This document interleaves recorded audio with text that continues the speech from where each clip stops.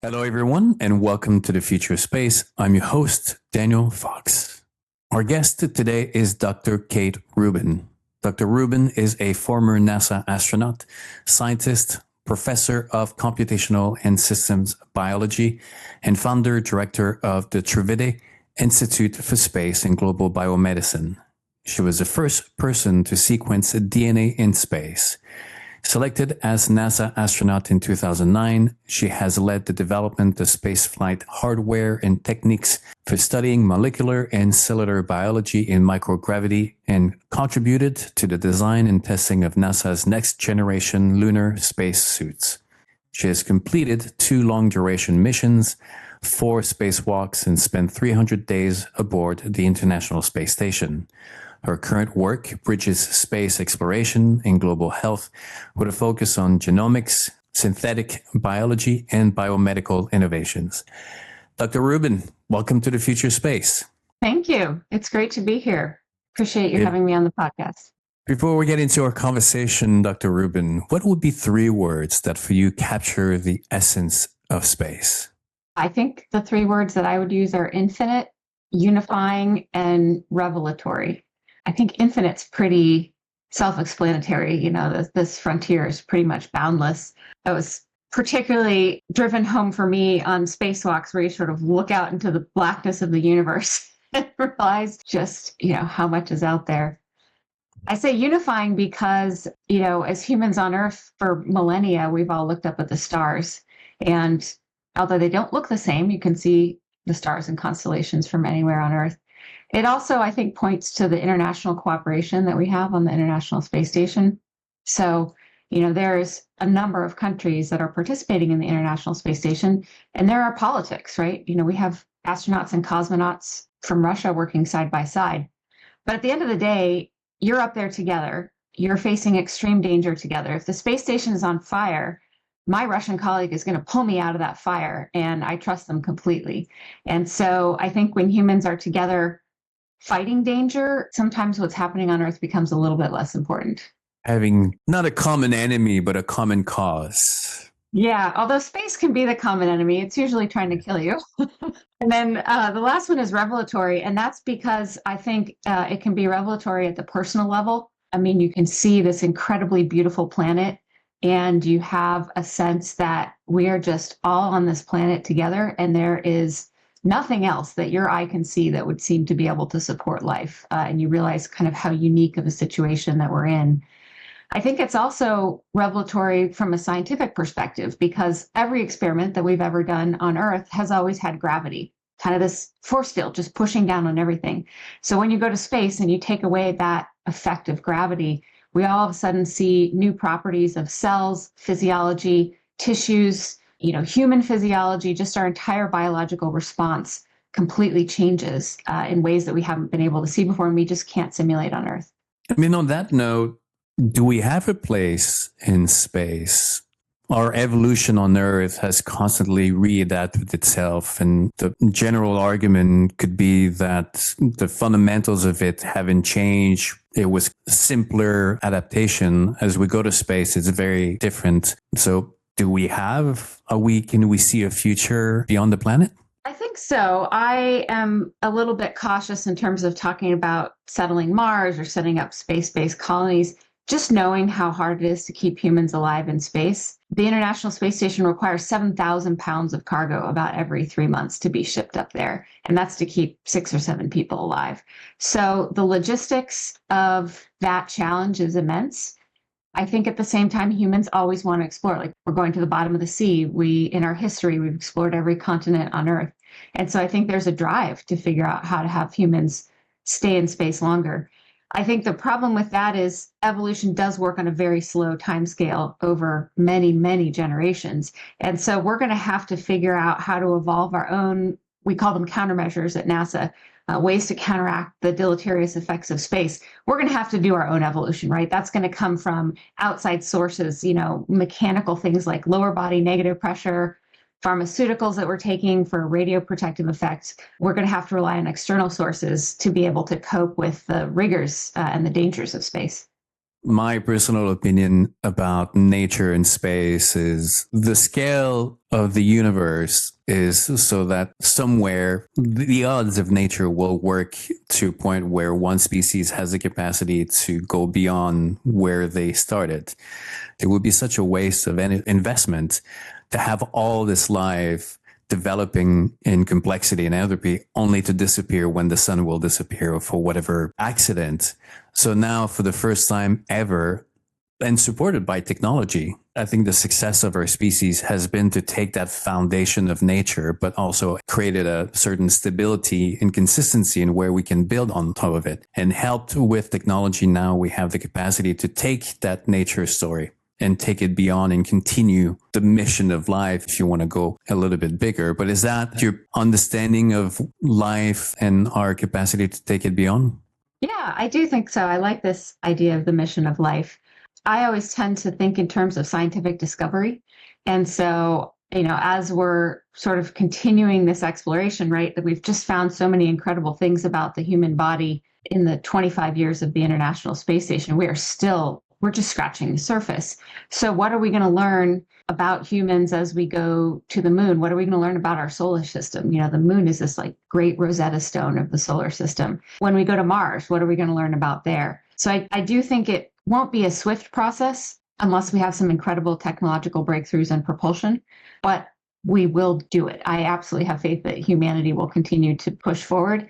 I think we have to be careful about what we do, right? We can't go litter the moon. We have to do this in a better and more careful way.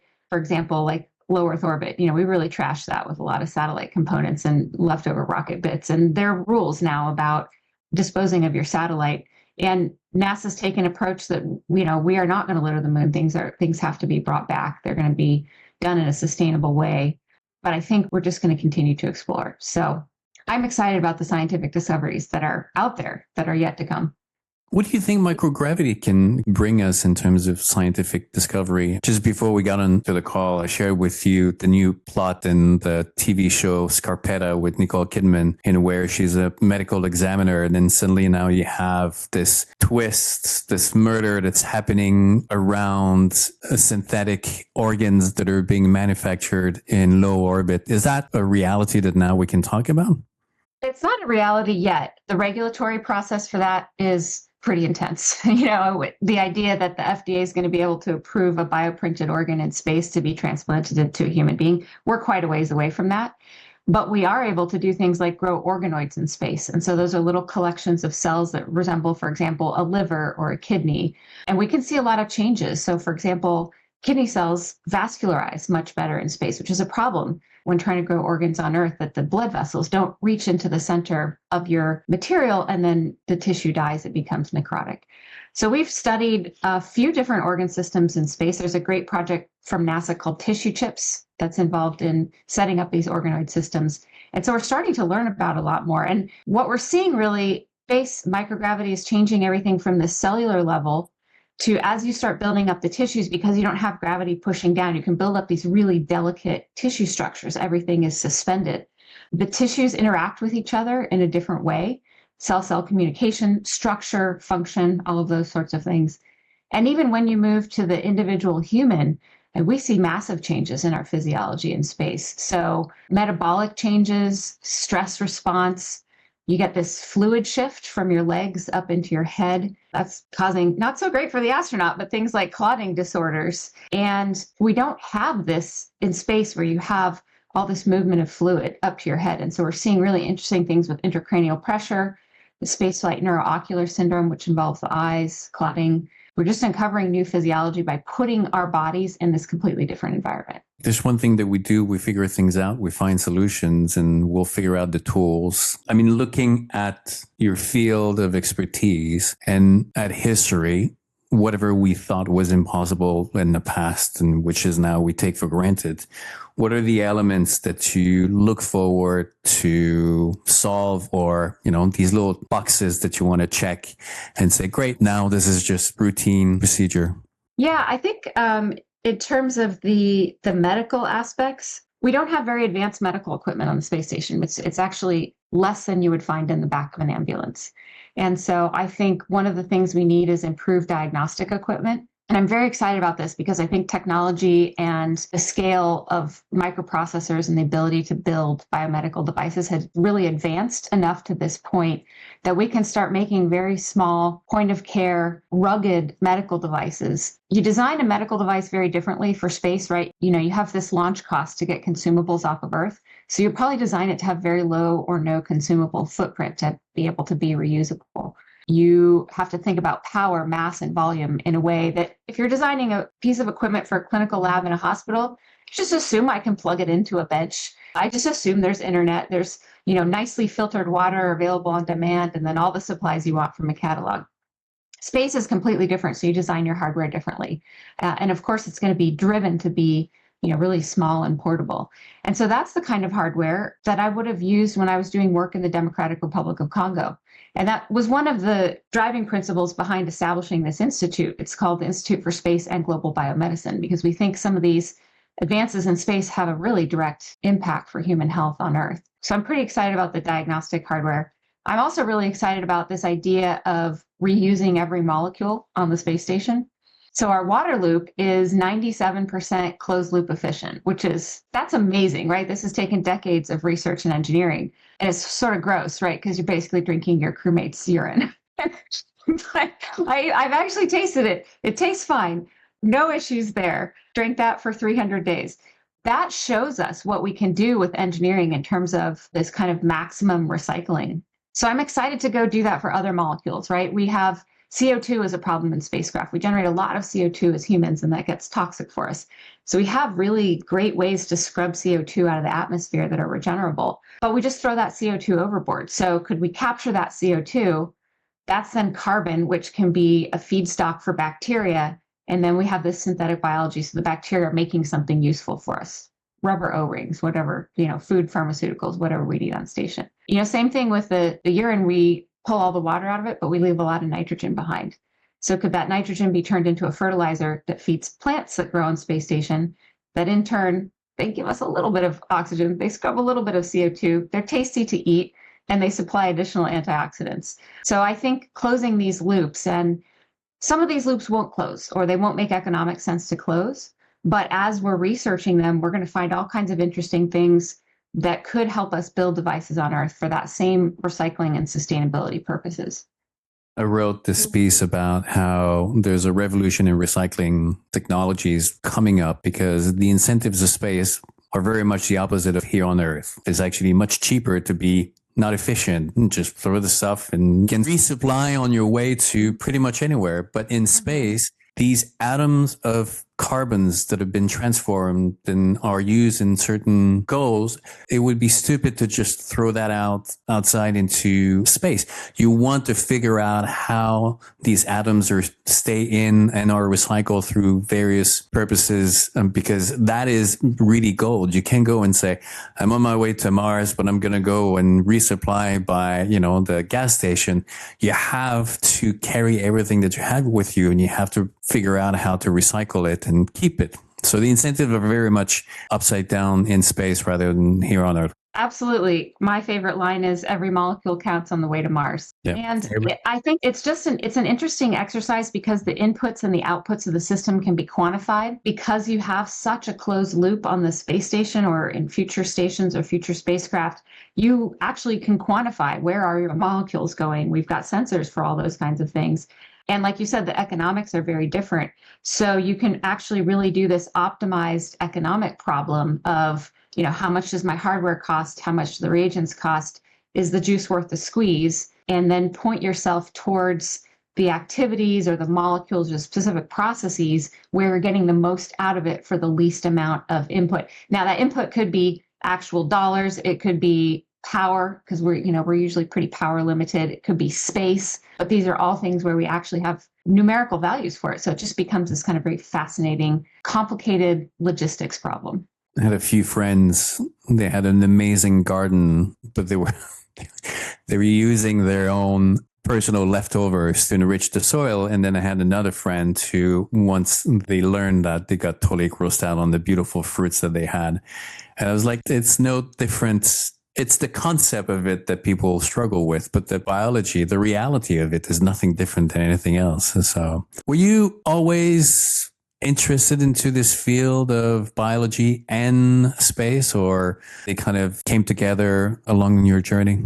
Kind of in separate silos. I always said as a kid I wanted to be an astronaut, a biologist, and a geologist. But then, astronaut's not something you can major in college in, and there's not a lot of people that do it. So it doesn't turn into a very realistic career path. And so I pursued biology and I started studying viruses and infectious disease and, went through grad school, set up my lab at the Whitehead Institute at MIT and was sort of just planning on being a professor for the rest of my life. And my friend called me one day and said, "Hey, there's astronaut applications online. We should apply to be astronauts." She was kidding. I don't always read those social cues. So I applied to be an astronaut, never dreaming that NASA would call me.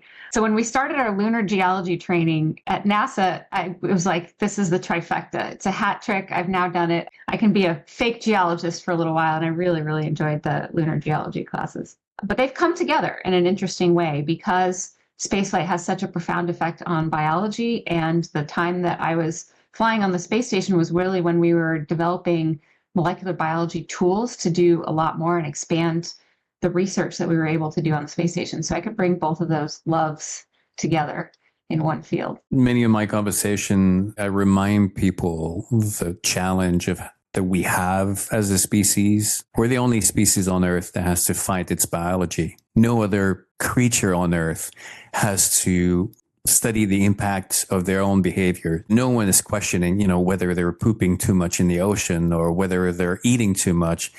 No other species on Earth worries about the output. We're the first one that has to worry about that. And going to space is going to be challenging doing so. But it's a very interesting place where we're at, looking back into the evolution of our species, our life on Earth, having this single organism that kind of idled for billions of years, and then that leap from single cell to multi-cell created the Cambrian and this explosion and evolution.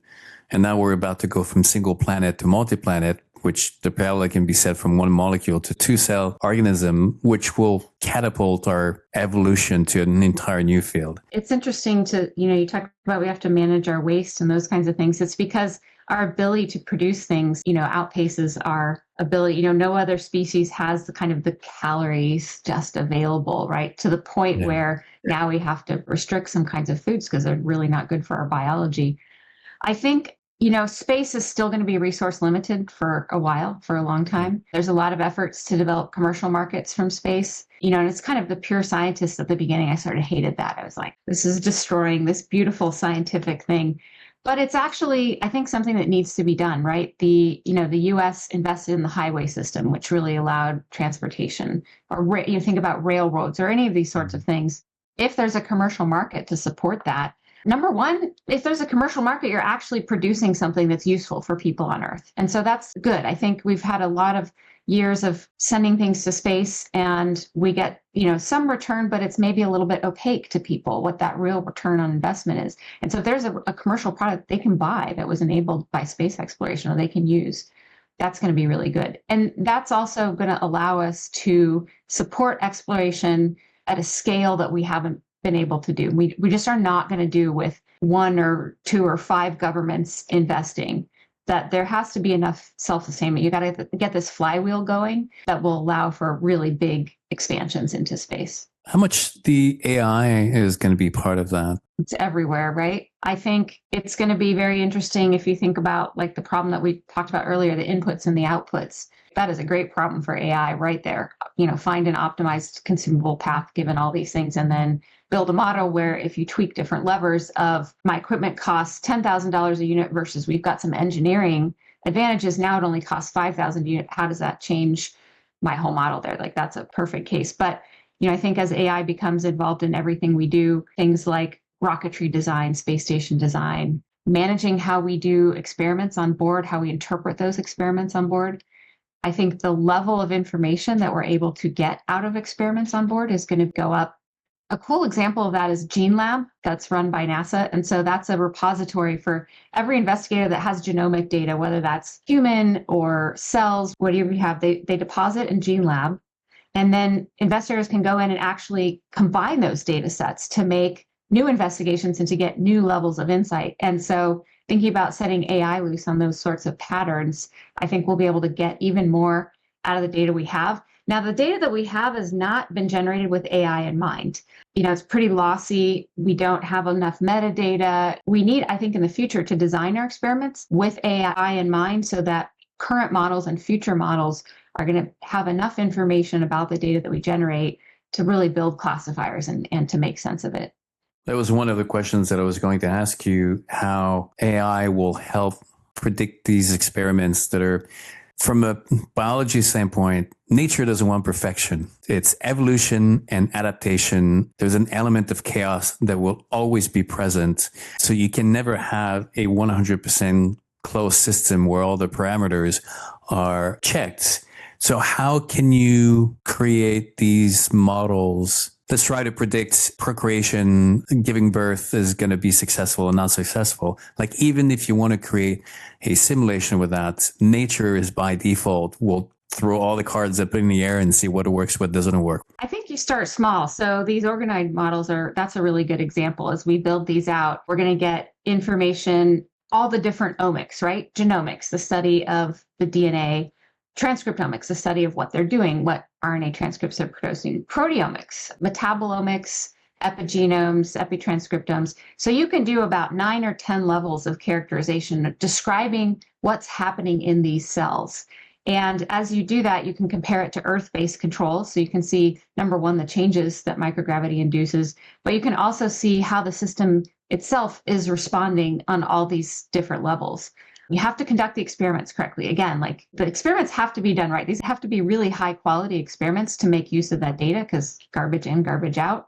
But I think it's going to be incredibly exciting to start to get 10 to the 3, 10 to the 4 more data out of each experiment, given not just AI, but the level of detail that we can get from genomics, transcriptomics. As that field has expanded, we get so much more information out of every single cell than we would have before, where we're just maybe reading out one protein or 10 proteins. Now we can read out all the proteins that cell makes. And so I think the combination of our ability to generate much more biological data and then also to interpret it and build models around it.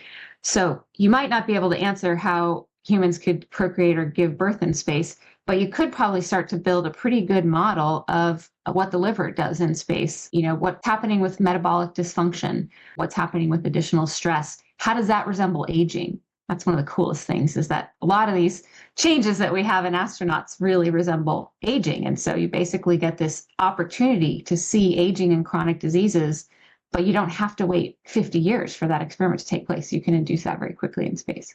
And so I think we'll start with the systems that are simple enough to model, and we're just going to keep working our way up in terms of complexity. And at some point, the data is going to get good enough to build a good enough model that we'll be able to simulate more problems in space. But as you said, simulations take you so far.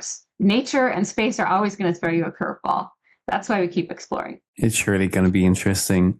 So what are the tools or experiments that we have so far? Have they been experiments on the International Space Station that have been ongoing in terms of either proteins or single cell organisms that have been in space, and we can now understand some of the changes? Yeah, absolutely. So we've sent the organoids up to space. We can culture those for 30 days. We've sent yeast, we've sent bacteria. We've used synthetic biology to try to produce something with these yeast or bacteria.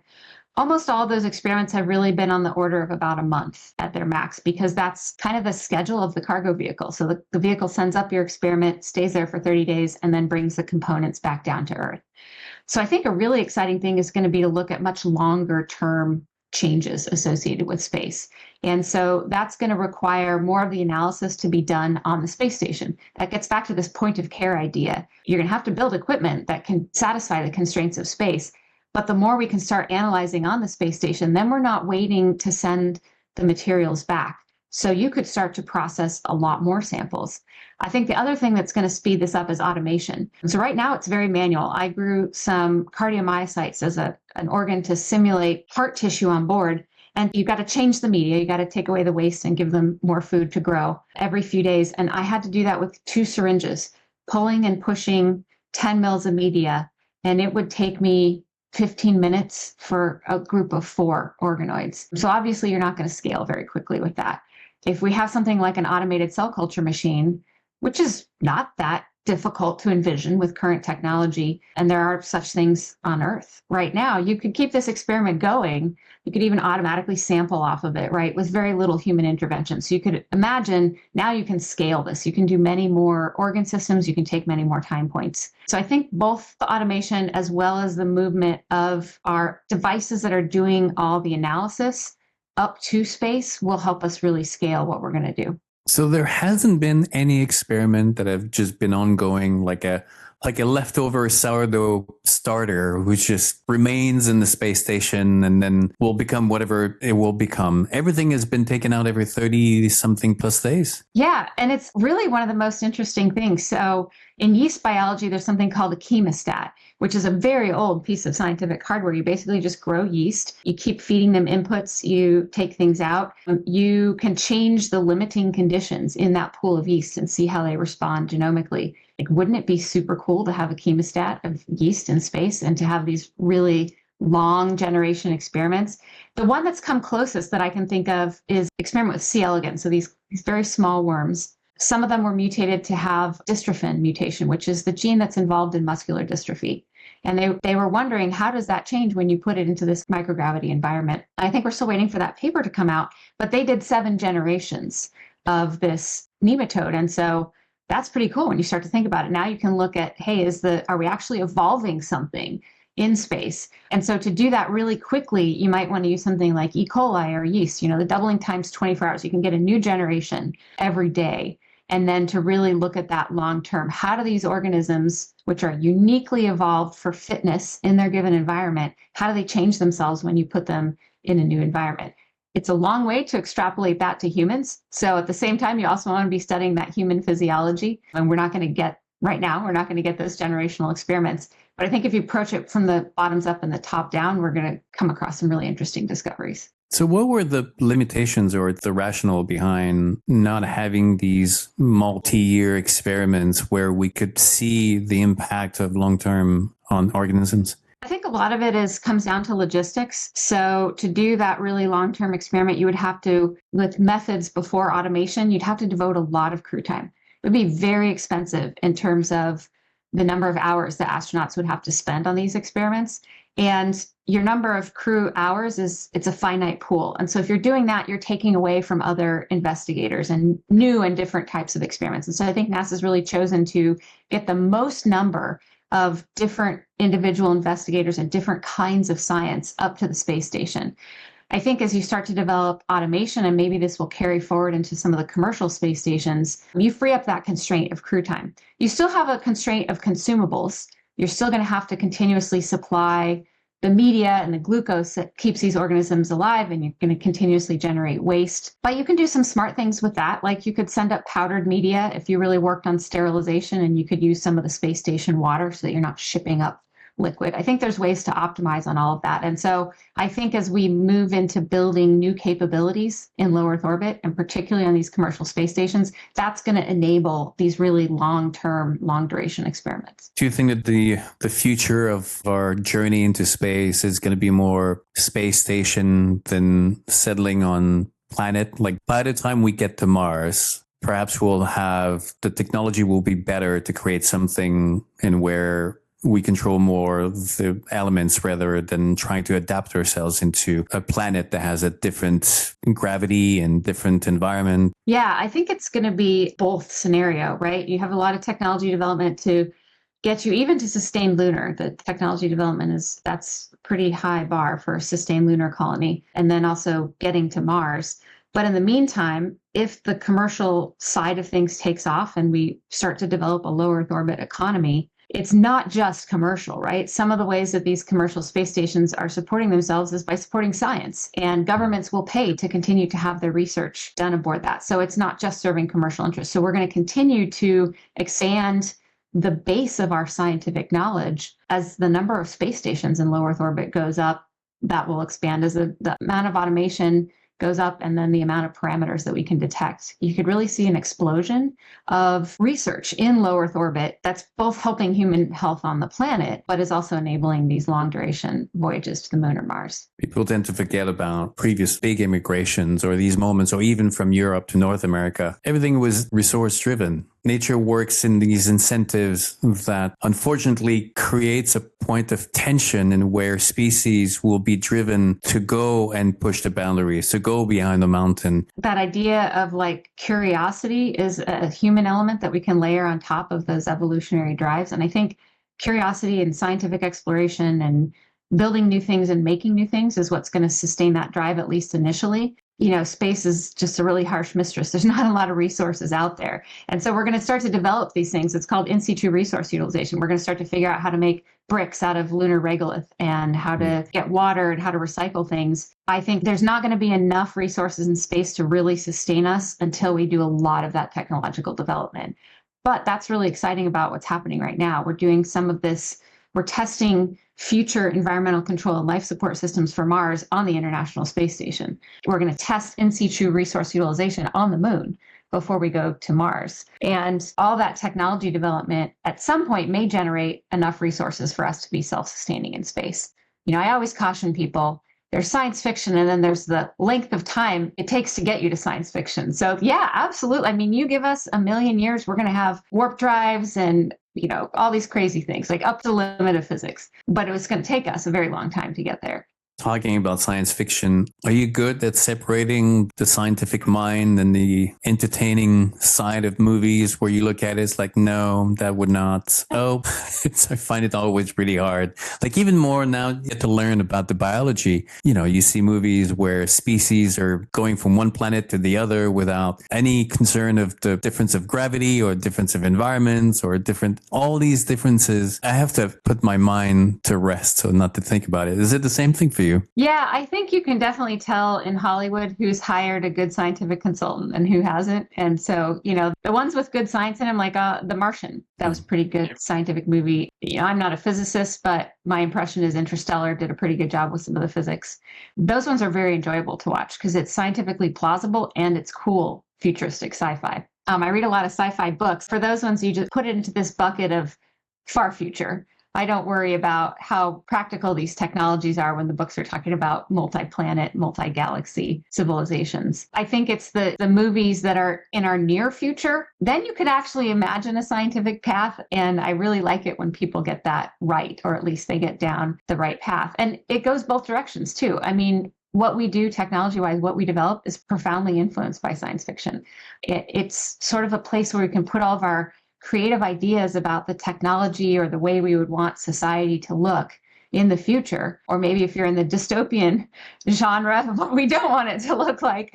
But that inspires us to build things and design things that would take us along that path, which I think is really cool. I think there's a lot to learn from science fiction in terms of what are the next things we should build in space. I've always wondered in Star Wars, where were the toilets on the spaceship? They go at speed of light between worlds in these little spaceships. Like we travel to Australia and we struggle just on the flights for 8 hours. And here you are into this spaceship traveling at the speed of light between universe. There has to be a place to go, or there has to be ways to move. Dune solves that, right? You have a Fremen still suit that's recycling your waste. So, the writers of this are not always giving us a practical manual how to explore space, but they are provoking interesting thought exercises and I think some paths to developing hardware, some ways that we would think about hardware development. In terms of timeline, I mean, it's always really hard to predict, but if you say like where you think we might be in 50 years from now, where would you like to be? I think in 50 years, it's realistic to have a permanent lunar colony and to be exploration on Mars. I don't think we'll have a permanent Mars colony by then.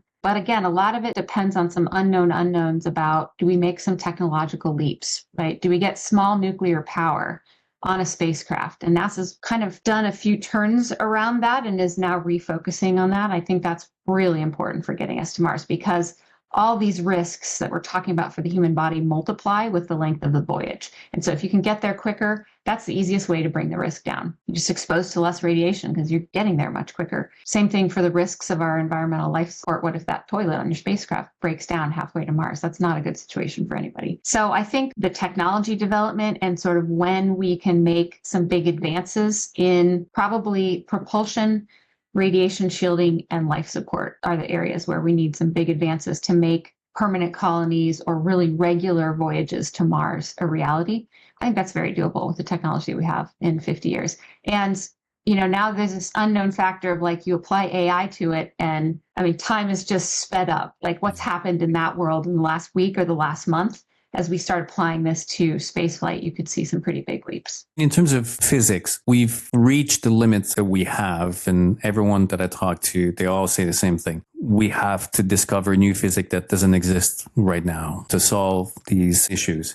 In terms of biology, are we at a very different place in where it's not about discovering new biology, but just understanding the extent of how our biology or biology in general works because we know so little about it? I think it's a little bit more the latter. By studying biology in space, we're going to really learn. First of all, I don't think we've even mapped all the weird things that are happening to the human body, right? Like this clotting thing came up in the last 10 years. I don't think we've studied the brain enough in space. The clotting came about because, again, you have this fluid shift upwards and you have stagnant or even reverse jugular blood flow, which allows clots to form. We really haven't studied the brain. And so you have good lymphatic flushing. We know that we're already accumulating intracranial pressure. I think it'd be very interesting to study the space brain sort of as a model of potential dysfunction. I'm sure my fellow astronauts are going to love that one. I'm going to tell them, you guys, your brains are dysfunctional. We need to study it. But I do think there's an impact if you look at CSF, lymphatics, all that kind of thing. So I think we're still going to be in this area of uncovering new areas of physiology that we then need to develop countermeasures for. I think the countermeasure development, that will start to be accelerated. The more opportunity that we have to do experiments in space, the more likely we are to be able to develop a countermeasure. And the countermeasure can be something like a pharmaceutical. It can be a different way of doing shielding. And so that's in the realm of, I don't think we have some advance in new physics, right? We don't have to get unobtainium to do countermeasures for some of these things that we see. It's still a risk to the human body. And so if we really want to lower that risk, maybe that's where a big advancement would allow somebody to spend their entire life on Mars. Right now, that 2.5-year voyage out and back, like really don't want that radiation dose. You're going to top out on your radiation limit. So we have to probably develop some more countermeasures for radiation. But it's doable to do one trip to Mars, just not really right now to spend your whole life there. Is radiation, I mean, hypothetically, I have no idea of what it entails, but is there a day where you could think there's a vaccine for radiation? I wouldn't specify the form that it comes in, but some sort of radioprotective. There could be, people are actively researching pharmaceuticals that can be radioprotective. It could be things like figuring out how to lower the inflammation state in the human. Could also help with radiation. There's wild things like, this is totally up Chris Mason's alley, but talking about tardigrades, which are very radiation resistant. They're the little microscopic, adorable little water bears. So he talks about splicing tardigrade DNA into human DNA. I think, ethically, we're a little bit far from that. We have to figure that out in other model organisms. But there's a lot of things that are out there that could potentially solve this problem. It's going to require a lot of research to understand that. But this isn't research that's just helpful for space, right? This is helpful for Earth radiation issues as well, protecting radiation workers, and just understanding how our body responds to the accumulation of insults and injuries. And that's really what aging is, right? Our cells keep getting oxidative stress. They keep getting all these insults, and at some point they break down. And so I think the work that we're doing in radiation biology can help us also understand all these things for aging. And so there could be some synergy there between what we're discovering to help humans with radiation in space and what we can identify for health span, aging, and chronic diseases. I wrote this piece about how we will live longer just because the scale of the universe demands it. Being 100 years old on this planet is okay. I don't think that there's need to live longer. But if we start to venture into space, just because of the scale of it, we will have to live longer, where traveling for a couple of years doesn't seem as long as traveling for a few hours at the same distance used to take months here on Earth. So yeah, I think it's not just technology, right? Like, would you actually want to be alive for 100,000 years? I mean, there's a lot of content on Netflix, but you'd finish that pretty quickly, right? So, then you get into things like suspended animation. You're putting yourself in stasis and then waking up. All the cool thoughts that people have in that sci-fi realm, plus technology development to get you there faster. And again, I'm not a physicist, but if we're really going to go anywhere reasonable, faster than light travel, I think is going to be important. if we look back into what we thought was impossible and now is just a question of getting into a plane and traveling halfway across the world, where just 100 years ago took months, we have to look into the future with that same perspective. Absolutely. Dr. Rubin, what would be your 3 words of wisdom? My 3 words of wisdom. I think never stop exploring. It's obviously very applicable to spaceflight, but in people's lives, humans are so driven by curiosity, and curiosity and finding things out usually gives us a lot of joy. I don't have a lot of joy in my day job right now of answering emails and writing grants and buying equipment for my new institute. But the idea of these future science experiments that we can do, things that we can learn, tools that we can develop that will help human health on Earth, that possibility of finding things out, that's driven by curiosity, and that's pretty exciting. And so I think finding curiosity in your life, finding delight. If you ever watch a 2-year-old going on a walk just down the sidewalk, and the joy of like picking up a rock and examining a new plant and those kinds of things, that brings a lot to life. And so that sense of curiosity, people can find that amongst their email inbox, make room for that in their lives. That's an important thing, and it's very good for all of us to experience that. Exploration is curiosity activated. Curiosity by itself does not get you anywhere. It needs to be acted on. And that's what exploration is. And exploration is just not physical or geographical, going, on top of the mountain, but it's purposely going with the intent of learning and discovering the unknown. So it can be personal discovery. It can be, science, arts, anything. Absolutely. Dr. Rubin, it's been a real pleasure. Good luck with the Institute. There's amazing work that you guys are doing. And with our good friend Mason, I think the next 50 years are going to bring tremendous new discoveries in biomedicine and biology. So it's going to be exciting. We're pretty excited about the future too. Excellent. Looking forward. Thank you, Dr. Rubin. Thank you so much for having me on the podcast.